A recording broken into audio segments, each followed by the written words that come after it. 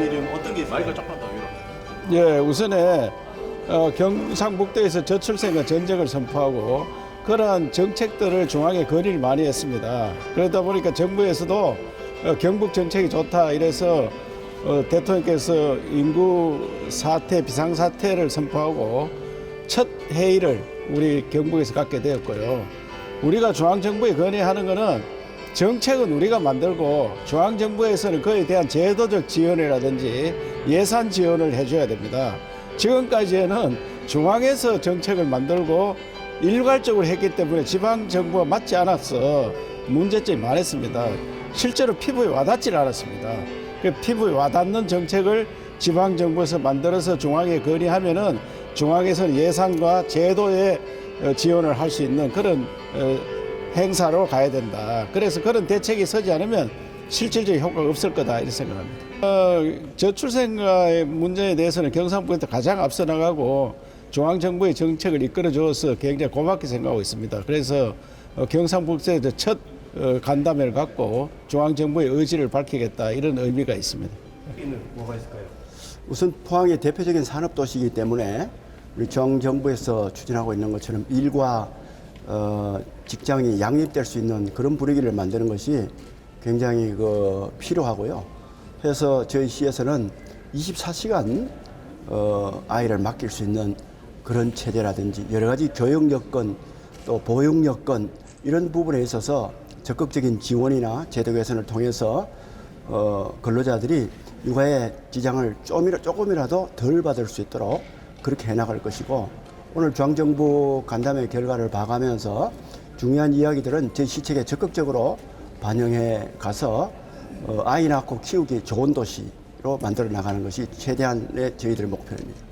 저희가 지난달에 저출생 추세 반전을 위한 대책을 마련하면서 두 가지 측면의 역점을 뒀습니다. 하나는 저출생의 직접적인 원인으로 작용하고 있는 일가정 양립, 양육 부담, 주거 부담을 어떻게 해서든지 완화시키겠다. 여기에 모든 정책적 역량을 기울이겠다는 대목이 하나가 있고요.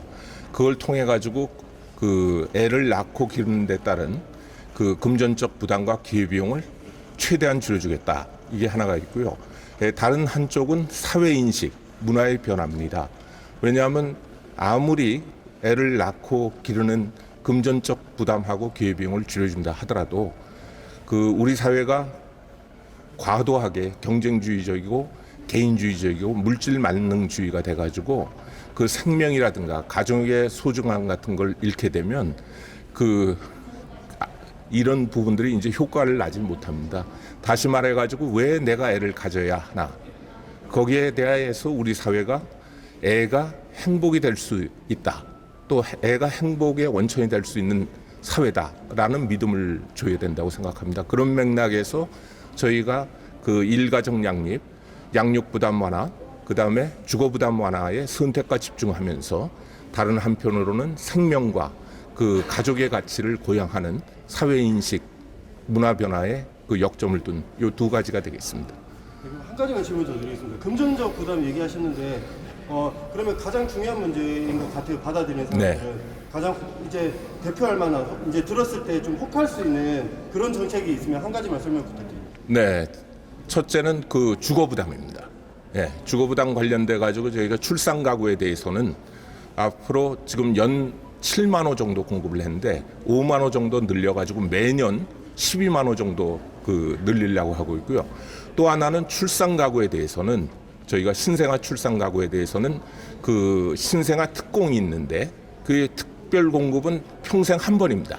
근데 한 번 더 기회를 드려 가지고 그 애가 출산한 가정이 보다 넓은 그 주거로 이렇게 이전할 수 있도록 해드렸다는 거 하나가 있고요.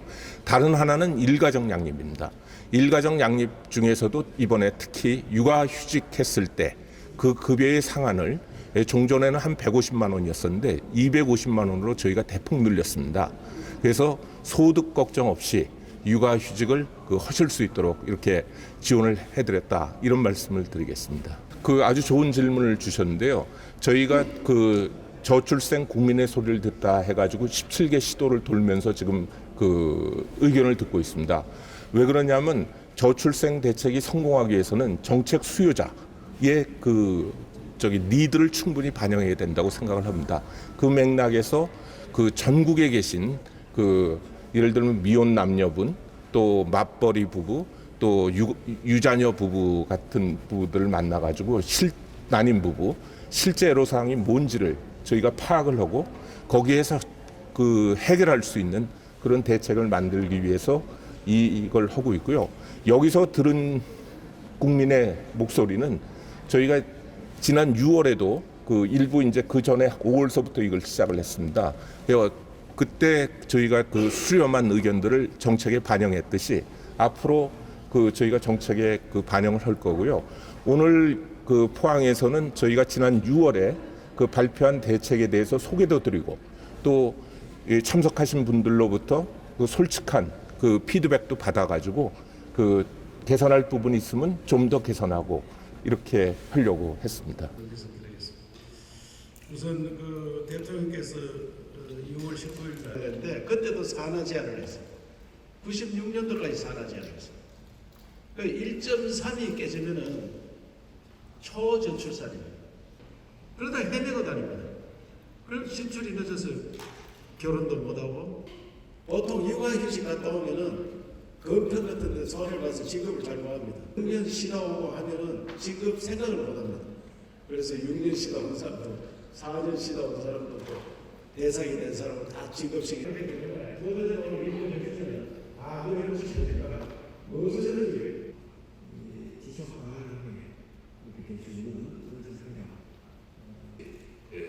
오늘 회의는 그 저희가 지난 6월 19일 대통령님을 모시고 또 사실 저출생 그 대책은 그 저출생 그 추세 반전을 위한 시발점이지 종점은 아닙니다.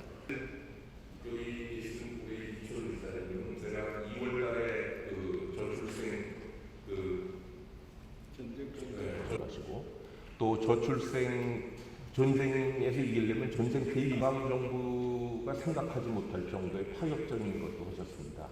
그 예컨대 그보다 훨씬 앞당겨가지고 이제 가셨고 아까도 말씀을 주셨지만 저희가 예를 들면 그 돌봄 시설을 한 지역에 모으는 시 차원에서 또 그런 것들을 보완을 해주셔가지고 정말 어떤 것들은 대세만은 알지 못하시는 분이 있어가지고 사실 저출생 문제의 가장 큰 거는 좋은 이번 대책을 보면서 앞으로 청년층들을 위해 가지고 어떻게 하면 좋은 일자리 그동안 급속한 경제사회 발전 과정을 거치면서 저희가 참 의미가 없다고 생각합니다.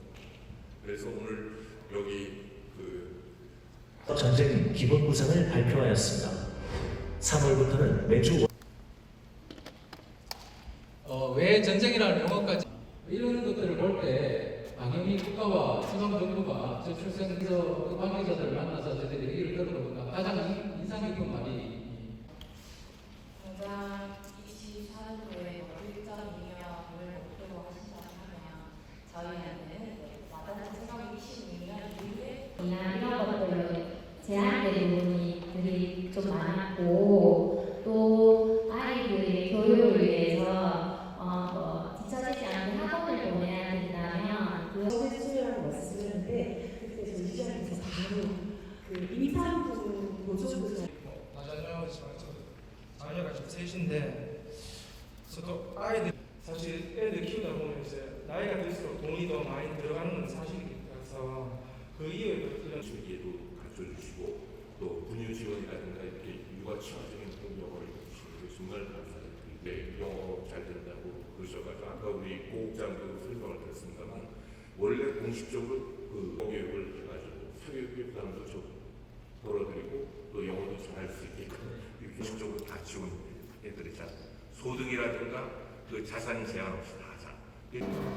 아이고 언제 그 끝에 계신 분들 중앙 뒤쪽으로 가주시면 되겠습니다. 네. 정면 봐주십시오.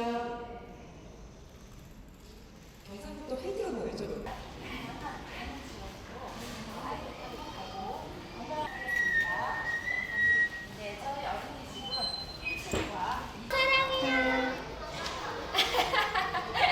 사랑해요. 신기하지? 큰 카메라다, 그치? 안녕하세요. 자, 86%. 안녕하세요.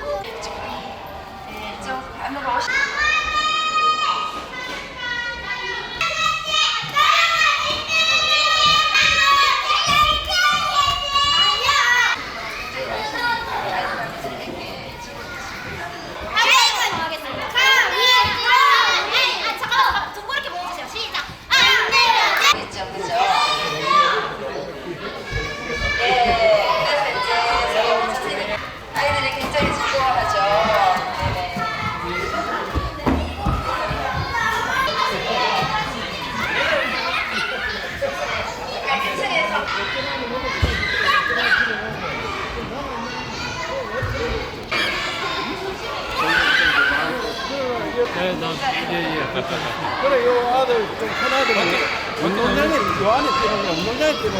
네. 실용으로. 그거 하는데, 시야로 넣고, 이거 운동장을 왜 만들어? 네? 또 밖에서 뛰는 수 자체 너무 훌륭한데, 그래도 밖에서 놀아야 돼. 교사들에 대한 어떤 이제 지원, 처우 이런 것들이 이제 그 봉급을 누가 줘요?